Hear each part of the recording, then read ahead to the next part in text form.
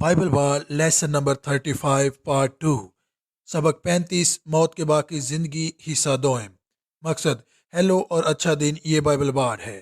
سبق یہ وہ جگہ ہے جہاں ہم آج ہیں۔ آخری سبق نمبر 34 میں ہم نے یسوع مسیح پر ایمان لانے والوں کے لیے موت کے بعد کی زندگی کو دیکھا۔ اس سبق میں ہم غیر مومنوں کے لیے موت کے بعد کی زندگی کو دیکھتے ہیں۔ بائبل ہر انسان کے لیے دو پیدائش اور دو موت کے بارے میں بتاتی ہے۔ مسیحی انجیل پر یقین رکھنے والا ایک نیا جنم حاصل کرتا ہے جو انہیں دوسری موت سے آزاد کرتا ہے۔ یسوع مسیح کو رد کرنے والا دوسرا جنم نہیں پاتا، اس کی بجائے وہ شخص دوسری موت حاصل کرتا ہے۔ دوسری موت کا کیا مطلب ہے، اس کے بارے میں بائبل میں سے دیکھتے ہیں۔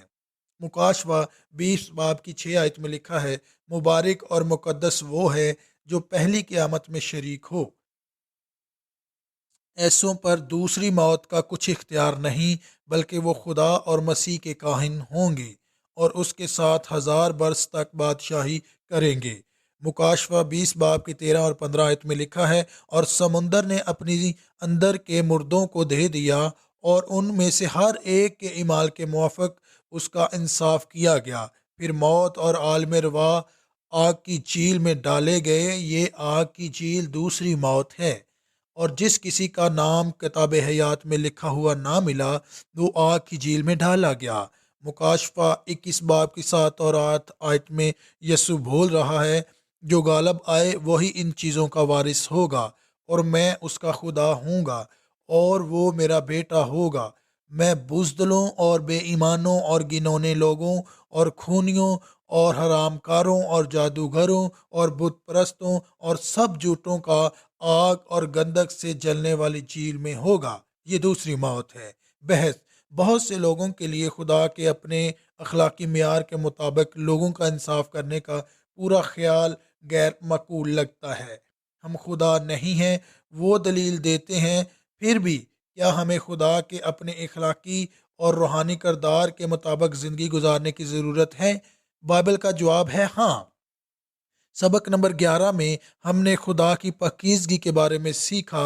خدا مقدس ہے، لہٰذا ہم اس کے ساتھ نہیں رہ سکتے جب تک کہ ہم مقدس نہ ہوں۔ احبار 21 باب کی 8 آیت میں لکھا ہے، پس تو کاہن کو مقدس جاننا، کیونکہ وہ تیرے خدا کی غذا گزرانتا ہے، سو وہ تیری نظر میں مقدس ٹھہرے، کیونکہ میں خداوند جو تم کو مقدس کرتا ہوں قدوس ہوں۔ رومیوں 5 باب کی 19 آیت میں پولس رسول کہتا ہے، کیونکہ جس طرح ایک ہی شخص کی نافرمانی سے بہت سے لوگ گنہگار ٹھہرے، اسی طرح ایک ہی فرما برداری سے بہت سے لوگ راست باز ٹھہریں گے۔ خدا نے یہ ناممکن نہیں چھوڑا کہ انسان گناہوں سے پاک ہو اور اس کے ساتھ خوش ہو اور اس کے ساتھ سکونت اختیار کرے، اور ایک لحاظ سے اس فطرت کے ساتھ اخلاقی مطابقت کے ذریعے اس کے ساتھ خدائی فطرت میں شریک ہو۔ ایک طریقہ ہے، اور بائبل کا تحریری متن بیان کرتا ہے کہ گناہ سے آزادی کیسے حاصل ہوتی ہے۔ خلاصہ: نئے عہد نامے کے مطابق موت کے بعد کی زندگی کی صورتحال یہ ہے۔ رومیوں 8 باب کی 12 آیت میں لکھا ہے، پس اب جو مسیح یسوع میں ہیں ان پر سزا کا حکم نہیں، کیونکہ زندگی کے روح کی شریعت نے مسیح یسوع میں مجھے گناہ اور موت کی شریعت سے آزاد کر دیا۔ یوحنا 8 باب کی 21 آیت میں لکھا ہے، اس نے پھر ان سے کہا، میں جاتا ہوں اور تم مجھے ڈھونڈو گے اور اپنے گناہ میں مرو گے، جہاں میں جاتا ہوں تم نہیں آ سکتے۔ تبصرہ: یسوع یہاں ان لوگوں سے بات کر رہا ہے جو بالآخر اسے مصلوب کریں گے۔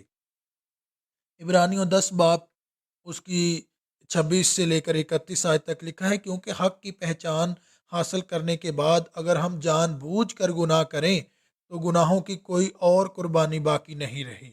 ہاں، عدالت کا ایک ہولناک انتظار اور غضبناک آتش باقی ہے جو مخالفوں کو کھا لے گی۔